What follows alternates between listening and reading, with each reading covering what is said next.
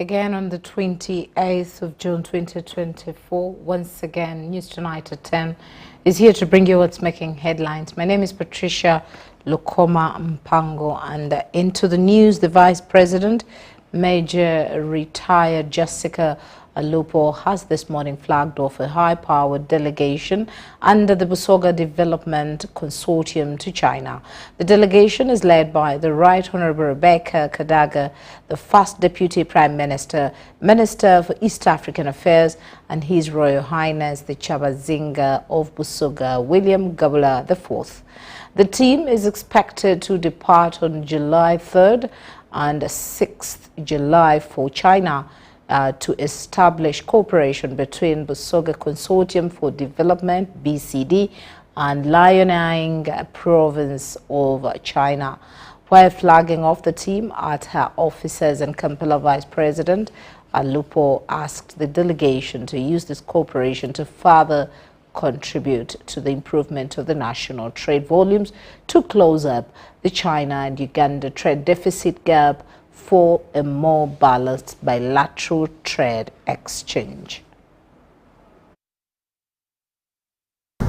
Today's activity is a testament of the power of working together, strategic networking, and consistent good management at the Busoga Consortium for Development.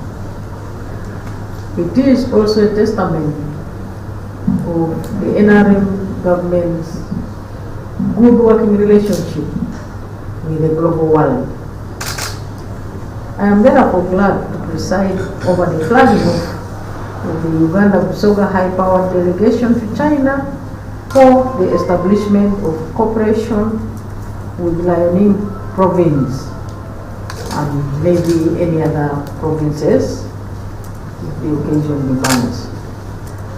As you embark on the strategic journey of enhancing the glory of Busoga and Uganda at large at the international level and contributing to enhancing the China-Uganda friendship, and while growing our relationship and friendship to the people and government of China, I request that we focus on the following: bilateral trade and investment.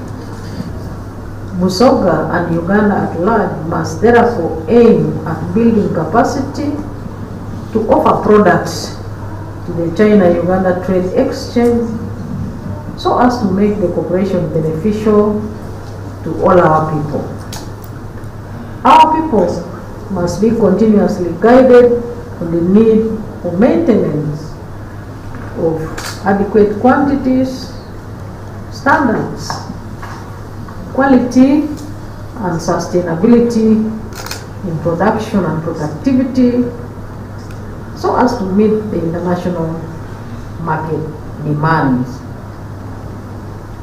I would like the Busoga Consortium also to look in the direction of returning that Jinja as a high industrial city which used to shine as a top industrial city nationally. And fortunately, it is in Busoga sub-region where we are now drawing our attention as through the Busoga Consortium for Development. Apparently for us, we can combine both. The source of the Nile is in Busoga. There can never be any other source of the Nile again in the world. It is in one and it is in Busoga. So we can combine tourism, we can combine industry because of our terrain and our climate, which is conducive 24 hours a day, 7 days a week, and 12 months a year for tourists to come in and go on. Lastly, I wish to acknowledge and appreciate the role of His Excellency Zhang Lingzong, the Chinese ambassador to Uganda. And I also wish to acknowledge the commitments and support of the Goodwill Ambassador, Mr. Zhang Hao. the Ministry of Local Government is in total support of the Busoga Consortium for Development. I now have the pleasure to flag off the Uganda Busoga delegation to China, led by the First Deputy Prime Minister and patron of the Busoga Consortium, Right Honorable Rebecca Alexander Kadaga, and His Royal Highness William Gabula IV, the Jabazinga of Busoga. And I have said this for God and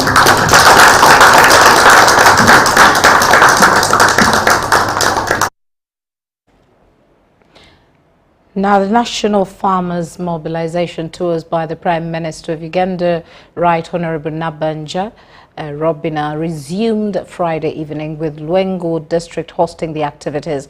We have more from Robert Onyango.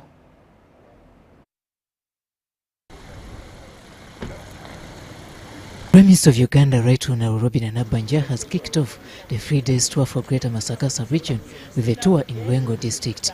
The Premier started by visiting St. Nicholas Mining Center in Chekulula, a facility donated to locals by government. Machino twachifono okuva mu NADS nga cha government ya Uganda. Isa operation welfare creation production department ne tufuna ensigo ne tuziwa group ziri ez'abakyala n'abavubuka ne balima kasooli naye oluusi ekitusalako nti tetulina ntambula etusobozesa kujja kasooli ku balimi eri okumuleeta wano ate n'okulaba obuwunga buno buvaawo butya okutuuka ku balimi baffe nga tusaba Oweekitiibwa Prime Minister okutuyamba ku ntambula eyo. Next stopover was at Chagulanyi Francis Xavier Seedling Farm, still in Chekulula, Lwengo District.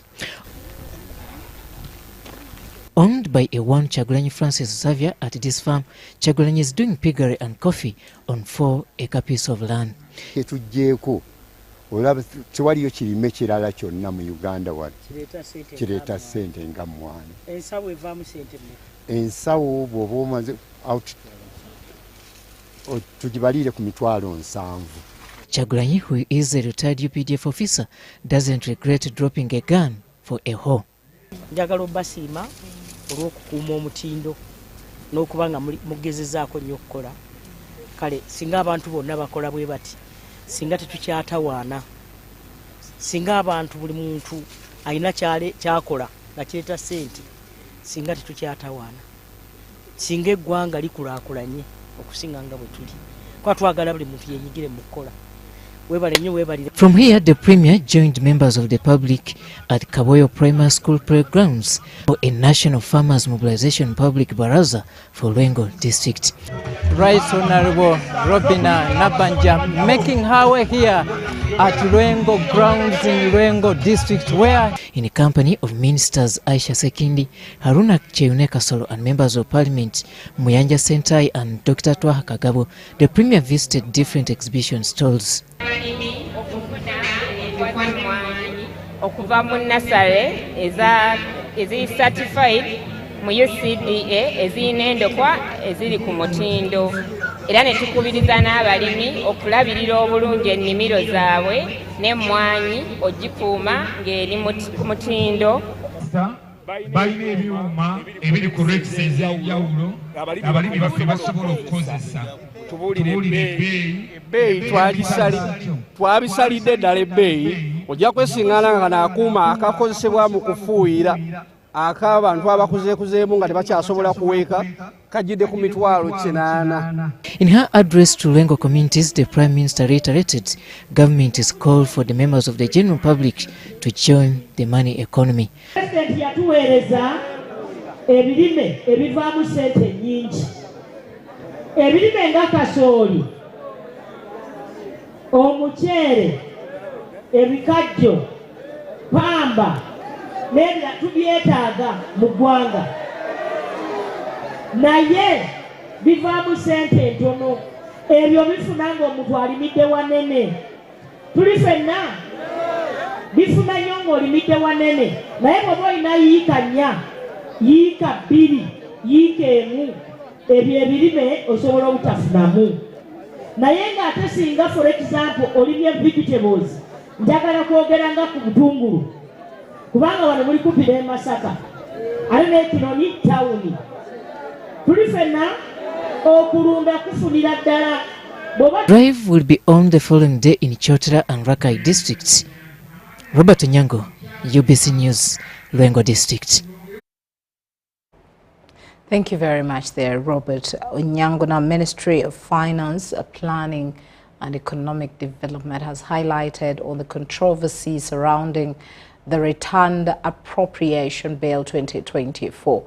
The Permanent Secretary and Secretary to the Treasury, Ramadan Gobi, says revising the 750 billion reallocated by Parliament will save the gap for the unnecessary supplementary in the forthcoming financial year 2024-2025.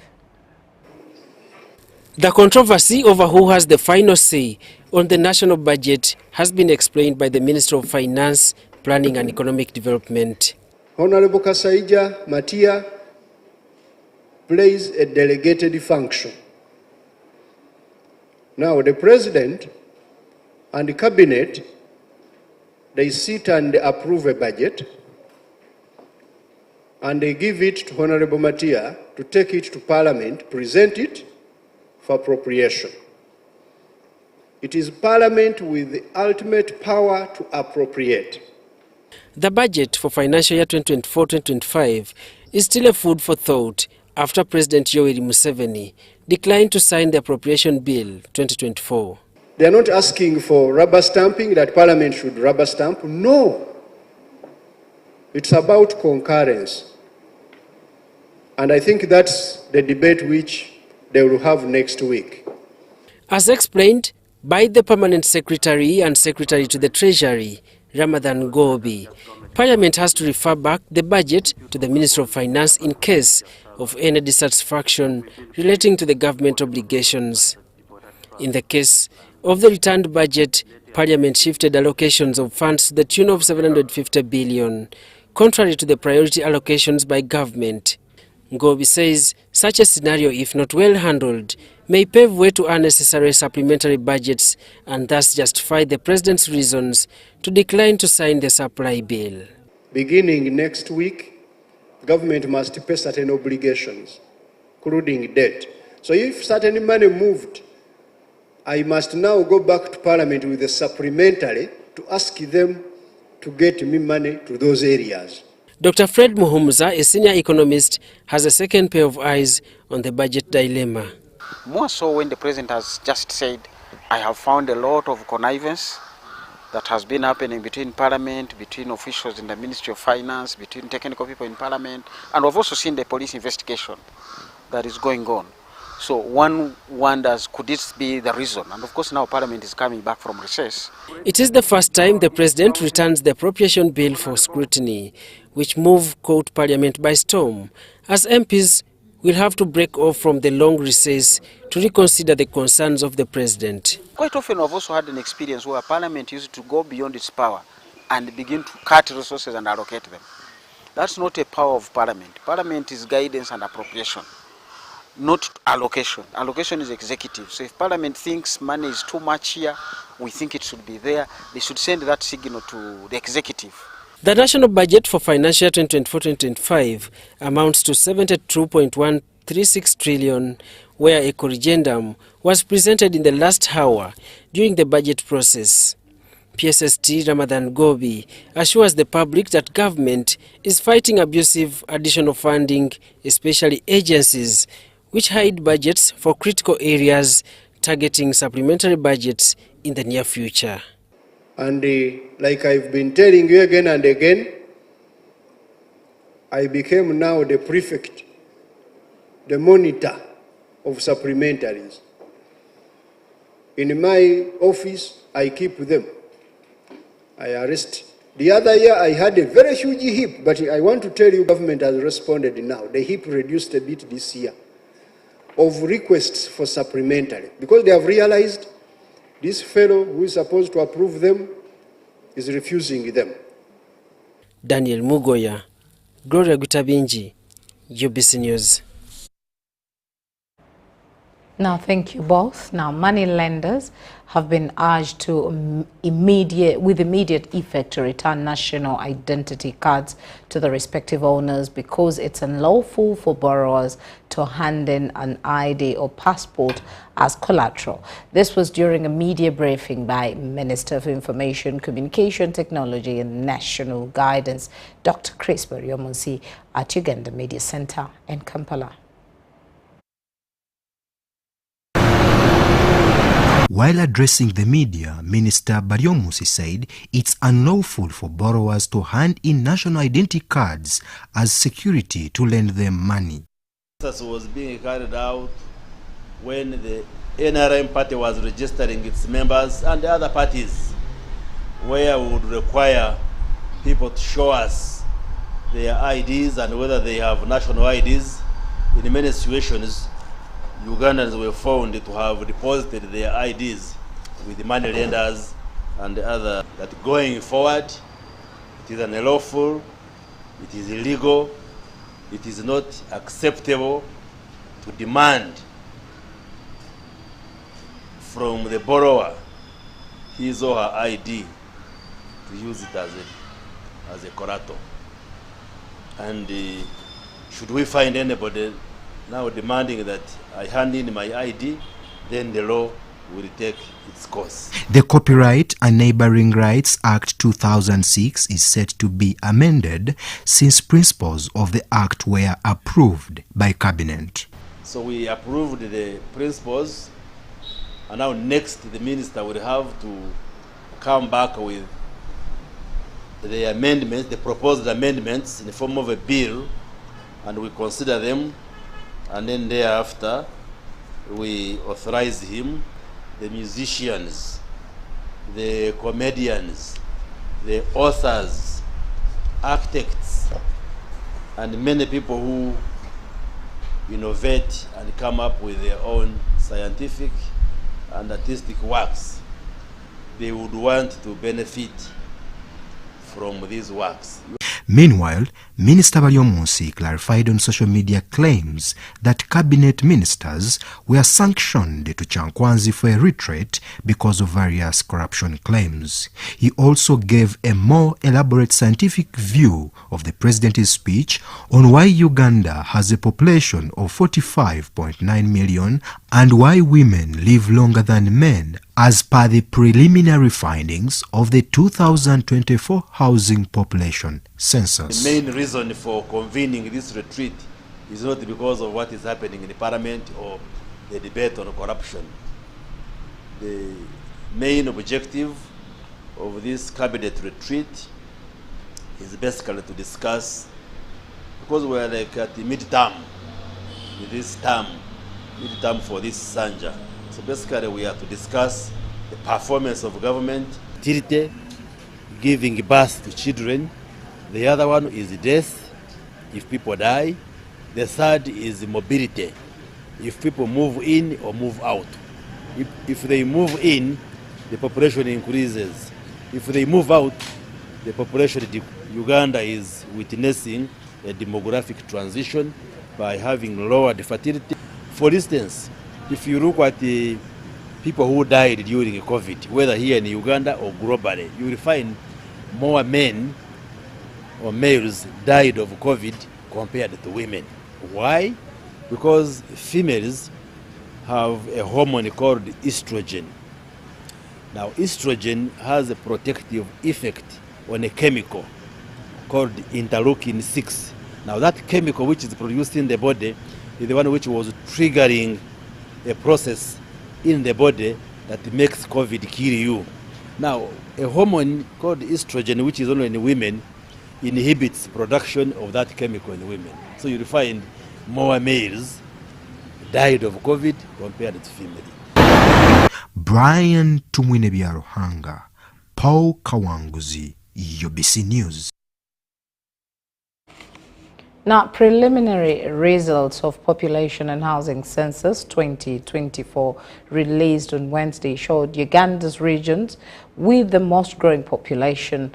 Tonight on UBC, we bring you a breakdown of the 2024 housing population outlook.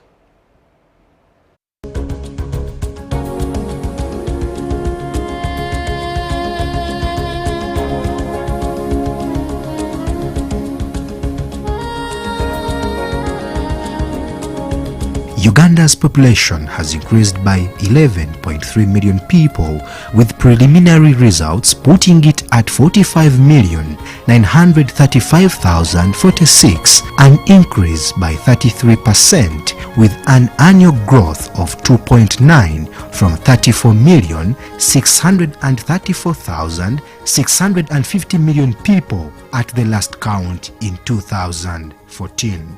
The preliminary census figures shows that Uganda continues to have a young population with 50.5%, which equals to 23.1 million of the total population being children between 1 and 17 years.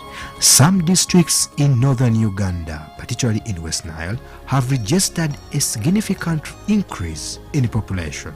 Districts that were presuming had to reach have shown a remarkable upsurge in numbers. Wakiso district remains with the most populated with 3.3 million people.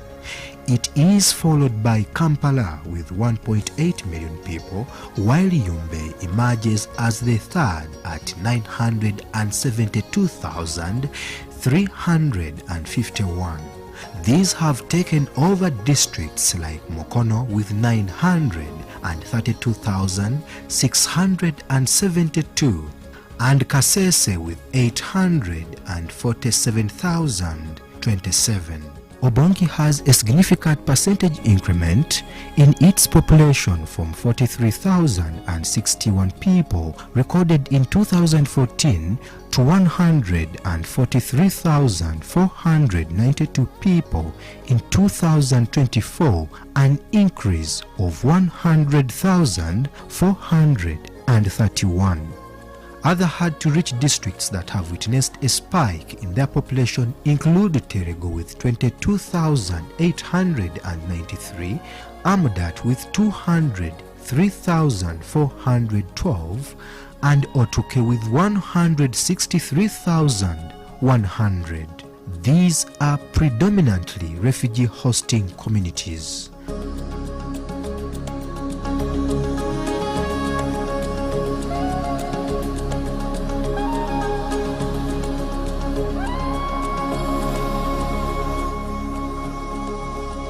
Brian Tumwenebiaruhanga, UBC News.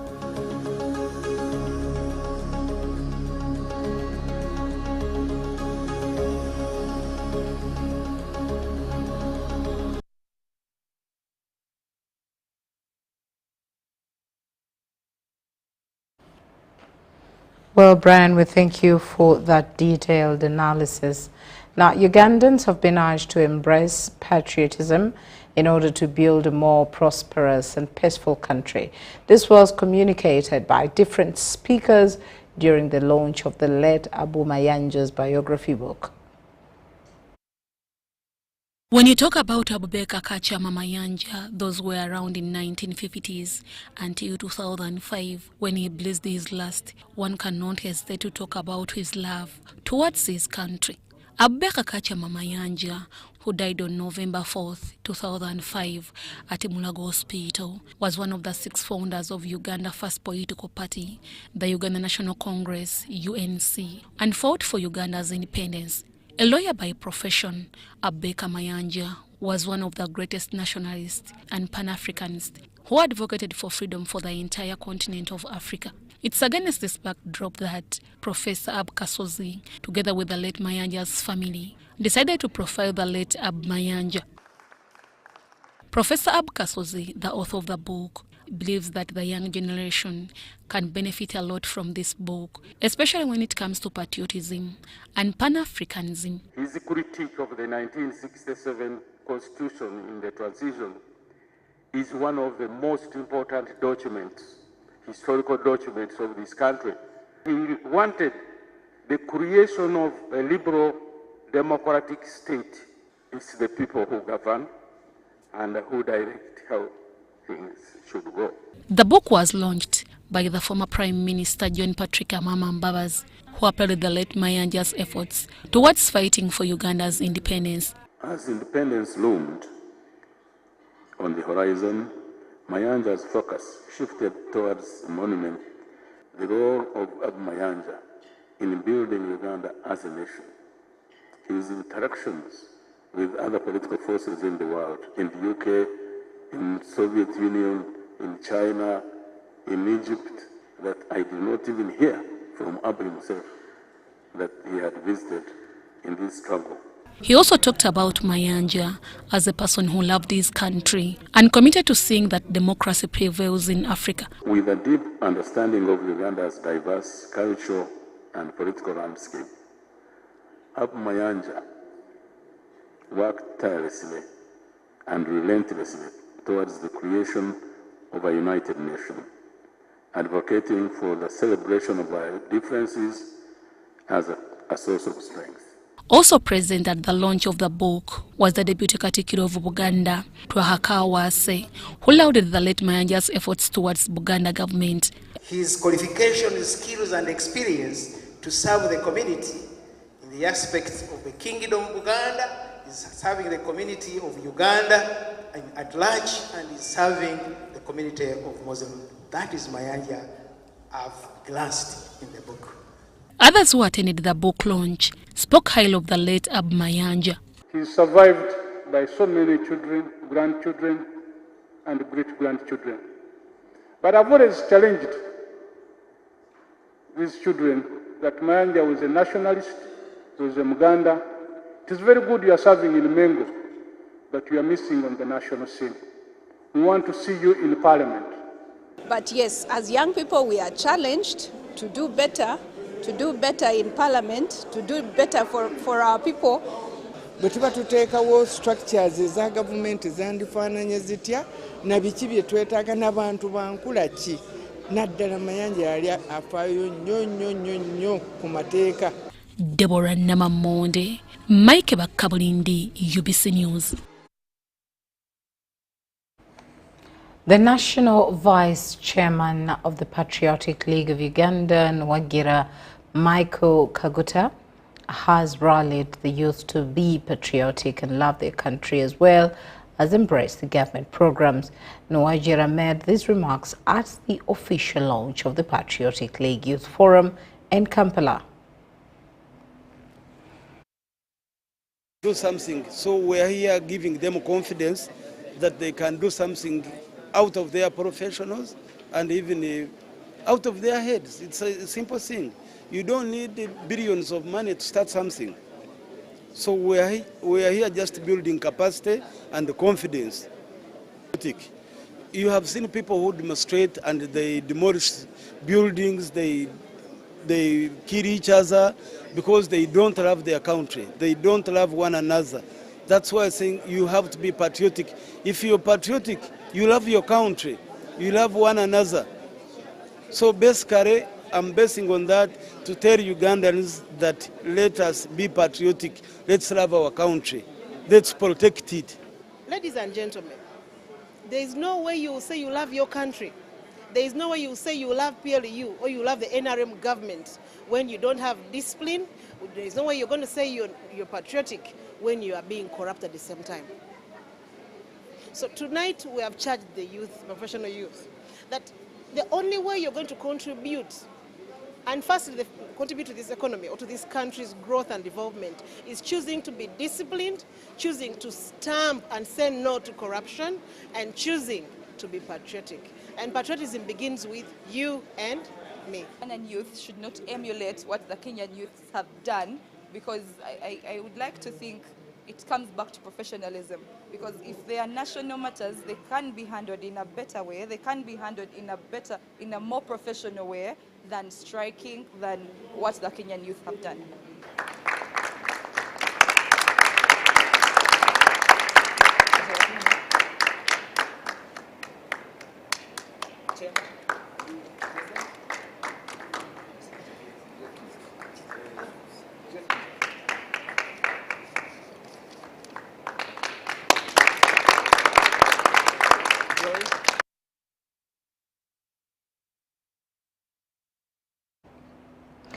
The government of Uganda has expressed commitment to ensure a favorable investment environment for all so as to realize its goals of middle income status by 2030.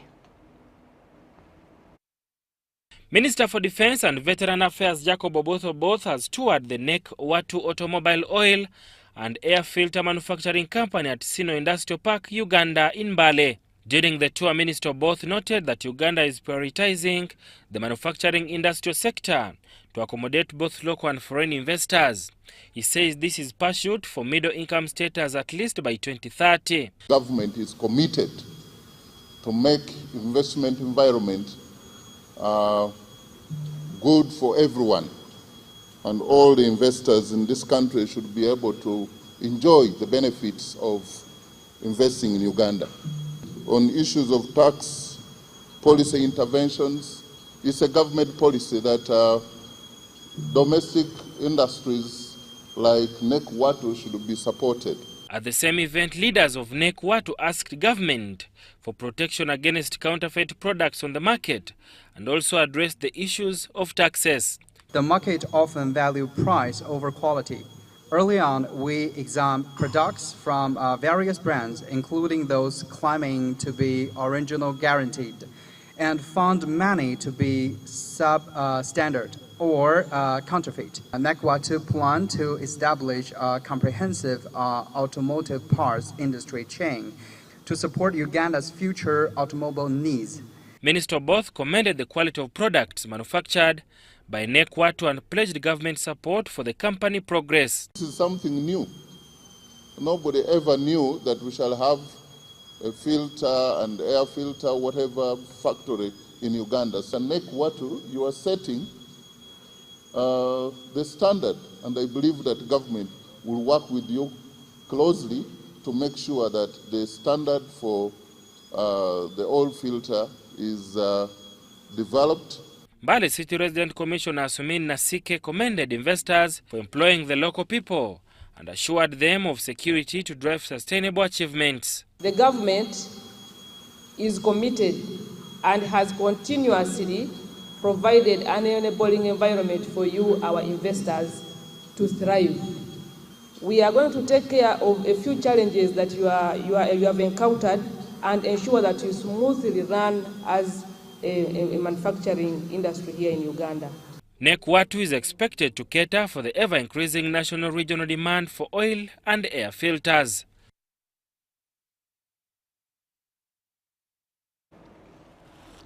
Minister of State for Land, Dr. Sam Mayanja, was impressed by the fast pace at which palm oil growing in Sango Bay, Chotira district is moving. The minister was in Kanalake village in Kakuto sub-county in Chotira district. The minister projected that in the next 5 years, the project undertaken by Oil Palm Uganda Limited, a subsidiary of Bidco Uganda, is likely to transform Chotera and the Greater Masaka sub-region into the fastest growing sub-region in the country. She has told us that you have not seen anything. If you are able to go to the other side where actually planting, you'll be surprised. You have mentioned that in Kalangara, 76 billion are going to the outgrowers. So a peasant, I don't know whether you can still use that word to the Kalangara people, peasant, because in 1 hectare, that's about 2.something acres. They're earning about 40 million. Yeah, 40 million. Is that a peasant anymore? So in Kalangara, you have caused everybody to be rich. The minister made these remarks in Kanalake village, Kakuto sub-county in Chotera district, where he visited the palm nursery of Oil Palm Sango Bay Limited. The project so far has over 1 million seedlings and is projected to be the biggest palm oil nursery bed in the world. Citing the massive success story of palm oil production in Kalangala district, Mayanja expressed excitement about the looming development in Chotera. 73 billion are only for that outgrowers. And the 53 billion which went into help them go has already paid. And this is supposed to be bigger than Kalangala. You can imagine what will happen. So this is going to be the report. The land you are going to get. And we say, I think we have already gotten the land. The minister promised to write a report to the president recommending the company be allocated the entire land in Isango Bay. This is going to be the biggest palm oil nursery in the whole world. But even on, this is not even 1%. The little 1% is already employing 150 people. So why do we wait for other people? Let the entire argument be done here, and then the next, the Bundubuja and the rest is all Uganda, that one shall go later as a surplus. According to Gnatius Tumwesije, the Oil Palm Uganda Limited Program Coordinator, the palm oil project has completely transformed Kalangala to the point that poverty is a thing of the past. Also build a refinery in Jinja. Now they have done all that. Their obligations have been completed. Now the refinery they bought was based, the deal was based on the agreement that government was going to make sure they plant 40,000 hectares of land. This is 20 years down the road. They still don't have land. On his part, now, COPS Africa, an organization championing initiative to support native communities and strengthening them so they lead higher quality lives, has showcased projects that are transforming rural communities in Uganda. The organization was introduced in Uganda in June 2023. the commissioner in charge of small and medium-sized enterprises, Joshua Mutami, says the smaller enterprises like craftsmaking, piggery, farming ventures are crucial in transforming the country's economy right from the grassroots level. Over 90% of the businesses in this country predominantly are SMEs, and their contribution to the GDP is over 75%. COP Africa, as I said, they complement on our government programs and initiatives. As you have seen, they are based also in rural areas. They are supporting the youth. They train them, trying to change their mindset to make sure that they can be able to identify any opportunity around them, and then they add value using the human-centered based approaches. As long as they can do anything, they can add a product. If they have any idea, all these schemes have experts to help them to make sure that their ideas can be commercialized. COPS Africa is championing the idea that young Africans are the catalysts for lasting development. It trains fresh graduates who go to communities and facilitate support of innovative ideas and help these ideas to grow. But the volunteers, it is 6 months now since they were deployed. They have done multiple activities, projects. They have I would say over 30 different projects in different things, because each volunteer, you find he has more than 3 projects or activities that are aimed at improving the livelihoods of community members, which include the youth mostly, and to earn an income and create jobs at the end of the day. So far we have many projects. Among others, we have bakery or confectionery projects, both for the youth and other community members. We have piggery projects, over 5 of them. We have horticulture. It hopes these projects can be realized with government support and economically change-seeking Ugandans. So with the Irish Potato Project, these community members are going to harvest in larger bulks, and with this, after accessing markets, Kabale being a tourist city, there's already market for that, and they will have larger sales. This poultry project, we are doing broilers. These broilers are producing both the eggs and the meat, so the community is looking forward to benefit from this project, because they have a vision, they have a 20-year vision to see that out of the broilers, each community member is able to have 100 chicks. Crispus, Arenitwe, UBC News. As we close our first segment, State Minister for Higher Education, Dr. Chrysostom Moyengo, is grateful with the head teachers and teachers for supporting the government to promote the education sector and for embracing educational programs. The Minister Muyengo was closing a 3-day workshop for head teachers from Central Region held at Our Lady Africa SS. Head teachers from both government and primary schools in Central Region have been commended for embracing government education programs, especially the new national curriculum, among others, despite prevailing challenges. Minister of State for Higher Education, Dr. Jesse Muyingo, was closing a 3-day Association of Secondary School Head Teachers of Uganda workshop held at Our Lady of Africa Senior Secondary School. This 2024 Head Teachers Workshop is aimed at embracing technological innovations in Uganda's education system for national social transformation and environmental protection. You are school managers. As school managers, this is your opportunity. This is an opportune moment to share notes, to share experiences, and also to evaluate your achievements as ASHU. To me, I think this is the moment for all of us to strengthen collaborations. Collaboration is the way to go these days. As my sister said, we need each other to develop, and we must work together. The minister also encouraged teachers to promote government programs of greening schools and cautioned them against sabotaging government's education programs to avoid regrets. The government of Uganda has put systems in place to enhance teaching and learning, to improve your management practices, and to ensure efficiency and effectiveness in our operations.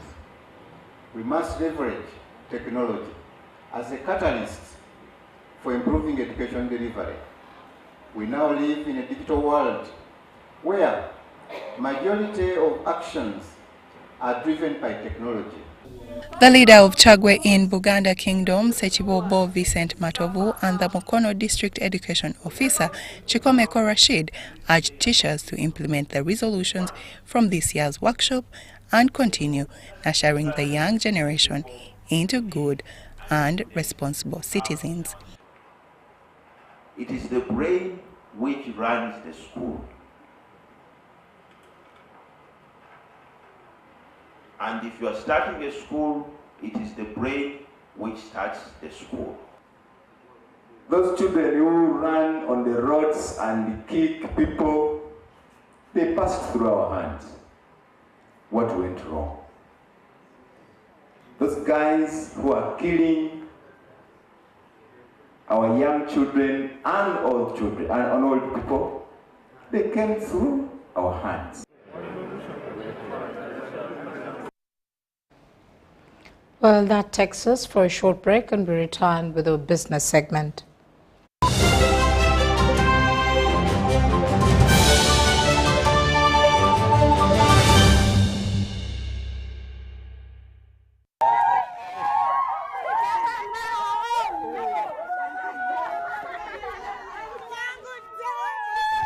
Amanya gange nze Namtebi Sharon nga nkolera wano wennyini Saka Kirombe oba Makindye. Empangula gye nawanguddemu ssente mbadde nga nkozesa mobile money nga nsindika school fees w'omwana ku ssomero. Okutegeera nti mpangudde, nze mutima neegambye nti kambalinde bamale okujja ndyoke nzikirize nti mpangudde. Kyennyinza okubagamba nti si byabafere, weewaawo abafere gye bali, naye ennamba eri emu yokka, era bw'eba ekukubidde omanya eyo si yabafere. Mpulira bulungi nnyo nnyo nnyo era ndi musanyufu nnyo. Naye MTN mobile money mbebaza nnyo, mwebale nnyo, mwebalire. Together we're unstoppable. Gold. We all want it. That soft yellow glow with subdued sun in your hands. That precious polish of elegance. To hold it is one thing, but to taste it is everything else. Relish the satisfying taste of a beer, unmatched in quality, unmatched in consistency, and with 23 Global Gold Awards. A beer unmatched in gold.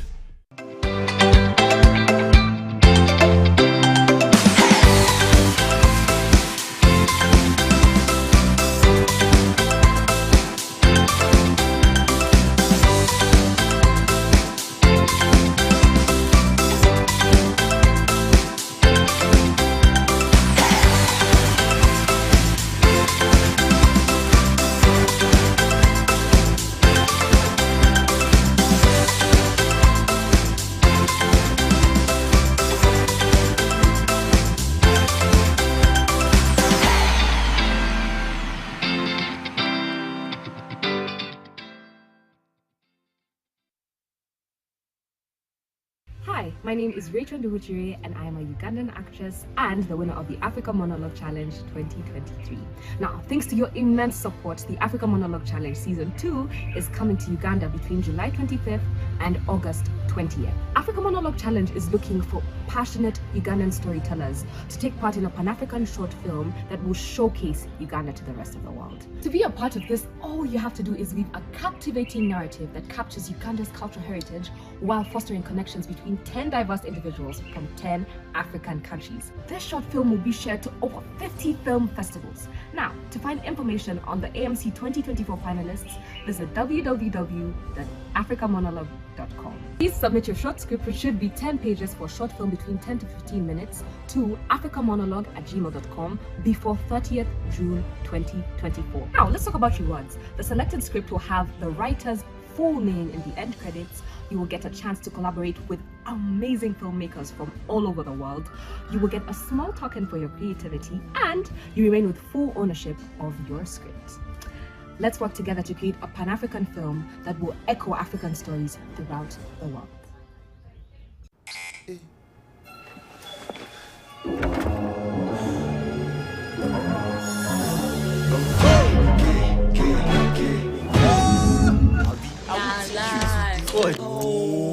Oh, yeah, lighting up, stay fresh. You wanna come preach and be my girl.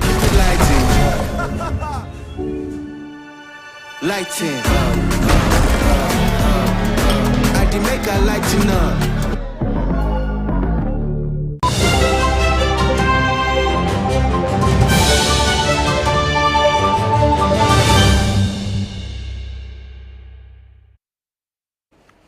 And in the world of business, Uganda has registered notable progress in the Universal Health Coverage Index between 2000 and 2021, with the weakest link being the health service delivery capacity. Let's hear more in this report. Over the past 2 decades, Uganda has made significant progress towards the attainment of universal health coverage. The UHC Service Coverage Index score for Uganda increased from 22 in 2000 to 49 in 2021, which implies that investment in the health sector is bearing fruit. The World Bank, a major funder to the health sector, emphasizes the importance of investing more in health for human capital development and for the sustainable growth of the nation. So, this topic, we've explored it in a very interesting discussion today. Health, most people don't see it really as being essential for the economy, but I think today it's come through much more clearly what needs to be done there on both sides, avoiding people falling into poverty, but also making sure that they have grown and been healthy enough to be able to contribute to the economy. This was at the release of the 23rd Uganda Economic Update, whose half-year release focused on public health spending on health. The report notes that demographic pressures, changing disease burden, and prevalent public health emergencies are increasingly putting pressure on the health systems in Uganda. Top 10 causes of deaths in health facility increasingly due to non-communicable diseases. Right now, somebody comes into your house as a patient is actually representing about 15 other patients in themselves because of different forms of complications packed in one person. So health workers are no longer able to deal with huge numbers of patients, especially with our growing population. if we do not cover the gap of the health workforce requirement? Many of the NECDs, of course, is a lifestyle issue. We really needed to see how to appeal to the people who are going through school, the corporates, the way we feed, the way we celebrate. Some of these things, we can actually reduce them markedly. Experts argue that over-reliance on external financing and regressive out-of-pocket expenditure makes the health financing system exposed to uncertainties and risks. As Uganda ages closer to becoming an upper-middle income economy, external financing is expected to significantly drop, leaving the country between a rock and a hard place. So we are relying heavily on our partners in terms of infrastructure, equipment, medicines. It would be actually a shock if now Global Fund or Gavi says in the next 2 years we are not able to support you, we would get more problems and lose all these outcome indicators we have registered. The country needs to progressively start taking up that gap that is going to be created. I know some countries actually failed to immunize their children when abruptly Gavi funds and so on were dropped. So also from experience, countries that spend more of their own domestic resources actually have faster progress towards universal health coverage index. According to the World Bank, public health spending challenges are reflected in health workforce shortages, maldistribution and low productivity. Dennis Igoa and Charity Maureen for UBC News.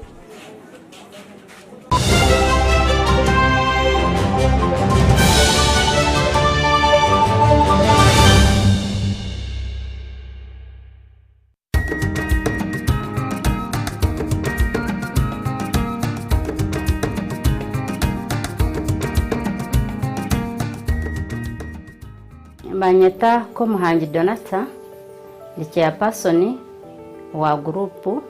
I am the chairperson of this group that got money. The group is called Kalsandala HIV/AIDS Craftswomen Group. UWEP gave us money in 2017 and they gave us 3.3 million Ugandan shillings. We used it in 1 year and got 23 million out of it.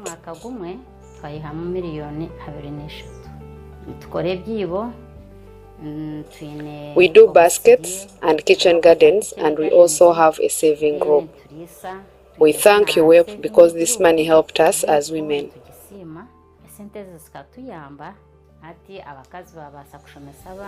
Women can now educate their children and build houses because many of them are single mothers.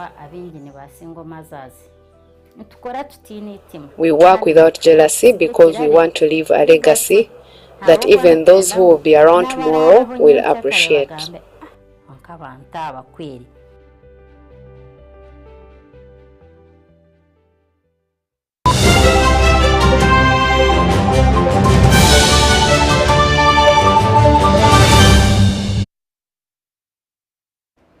And into sports.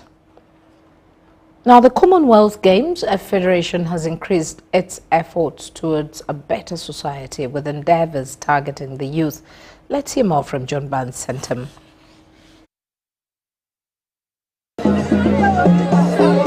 Commonwealth Games Uganda has hosted its Game Changers initiative, the Here For You project, that aims at using sports and education to promote gender equality.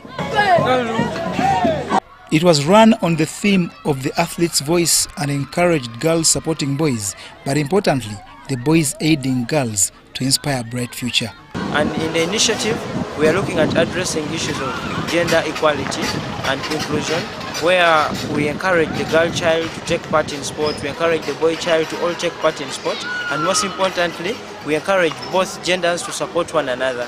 They should be there for one another, and the project subtitle is Here For You. So we encourage the girls to stand for the boys, and we also encourage the boys to stand and help the girl child, so as to achieve as a community.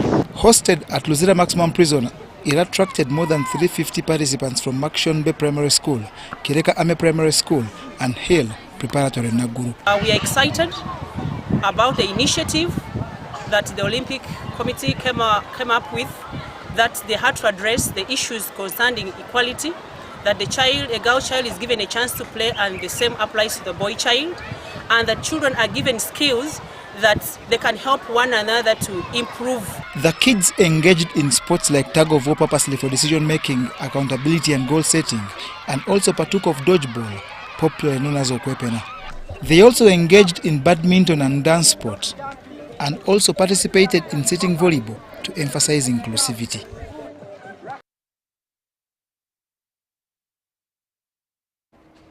The 9th edition of Uganda Swimming Federation Championship started in full gear on the 27th of June 2024 at Kampala Parents School in Naguru, with over 600 swimmers from 22 clubs.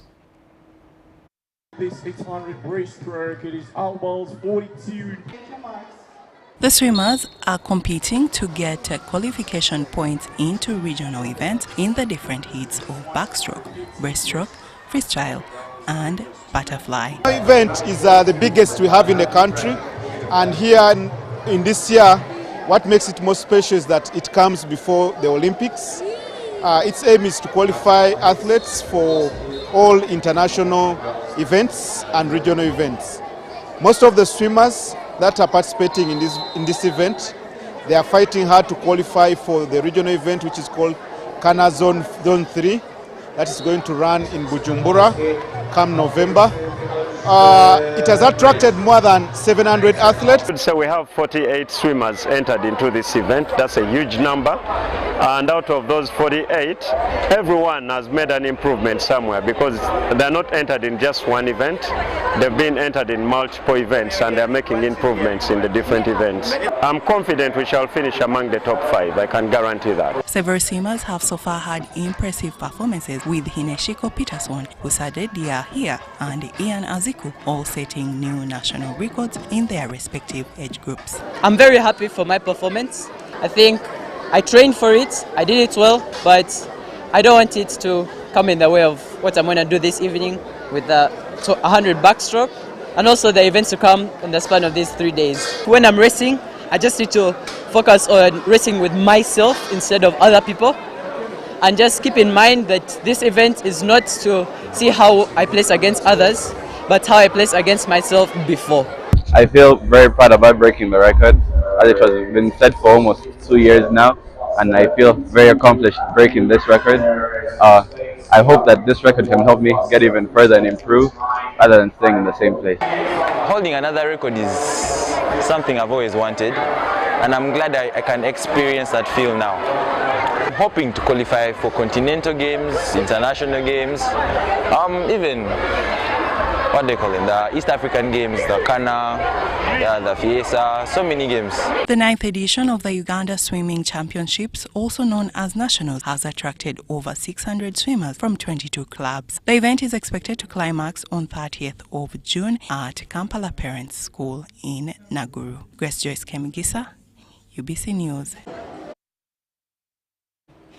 And in badminton, the 7th edition of Uganda Para Badminton International Tournament that is set to shuttle off on the 1st of July 2024 with over 250 players and 17 countries will be taking part in this tournament.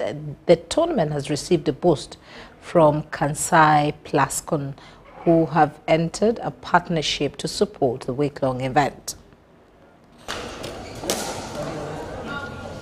After successfully hosting 6 editions of the Uganda Para Badminton International Tournament, the Uganda Badminton Association is set to host the tournament yet again this year. And of course, this tournament is having 17 countries which are going to participate in. These are all over the world. We have the Indians from the Asian country. We have the Brazil, Peru, Mexico from the American continent. Then you have Azerbaijan, you have Italy from Europe, and of course many from Africa. So it's a big tournament, and of course with so many players, over 250 that entered in this tournament. This tournament, like the previous one, carries world ranking points, and of course we are using it, players are using it as those who qualified for Paris 2024 are using it as the build-up tournament, and those who didn't qualify are using it as the tournament to push them to go to 2028 as they prepare to get points. In a bid to boost the tournament, Uganda Badminton Association has entered a partnership with Kansai Plascon to support the operations of the event. We are very grateful that Plascon has come up, and of course they have said openly that they are going to be able to be with us, and of course to sponsor our events. They are promised to dress the Ugandan players, the umpires, those are technical officials, and the support staff. So as far as we are concerned, the event is going to be very colorful. We want to promote sports as a company, and we want to basically support teams which are struggling to get sponsorships. I mean, the big players always get sponsors, but it's the teams which are struggling to get sponsorship. Those are the teams which we want to support. And the support is very specific for this tournament, which is from 1st to 7th of July. But we are talking to them for the next year. We'll go through that calendar. We will see what more things we can do to support this sport.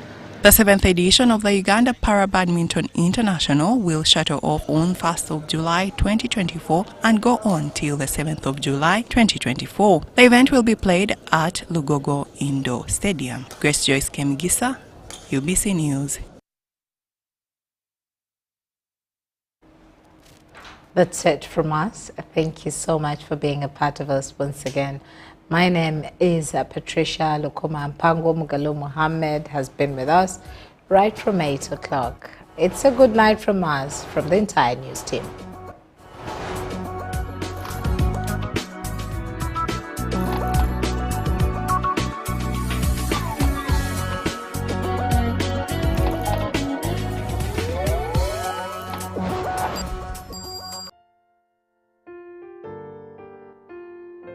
Haji Farouk Chirunda, the Deputy Press Secretary to His Excellence, the President of the Republic of Uganda, with deep sorrow, announces the death of his dear wife, Mrs. Gladys Aliinza, Mama Mandela, which occurred yesterday on 27th June 2024, following a fatal motor accident in Iluka district. There will be a church service this Saturday, 29th June 2024, at Chiyunga Archdeaconry Church in Iluka district at 10 a.m. Burial will take place on Sunday, June 30th, 2024 at Lambala Village, Irongo Sub-County, Luka District, starting at 11 a.m. Mourners using the Jinja-Kamuli Highway should branch off on their right, while those using Jinja-Iganga Highway should branch off on their left at Walugogo Valley near Iganga Town. Informed His Excellency the President of the Republic of Uganda, all leaders,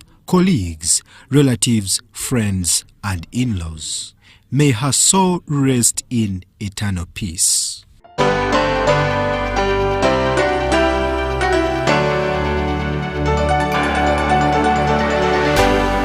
UBC, inspiring Uganda.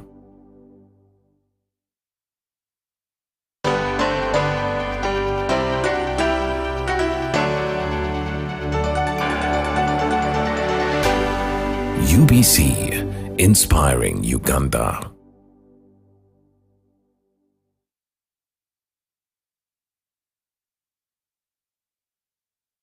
Cheers to something refreshingly different.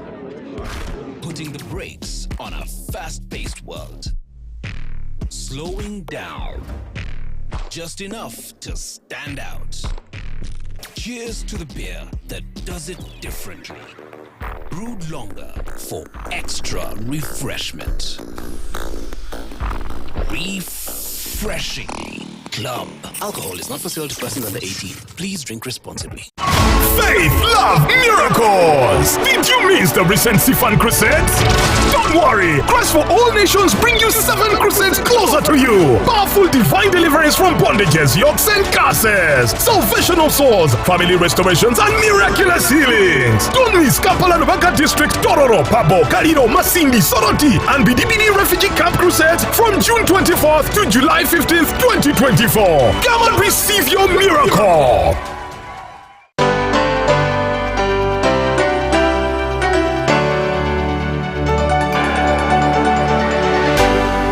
UBC, inspiring Uganda.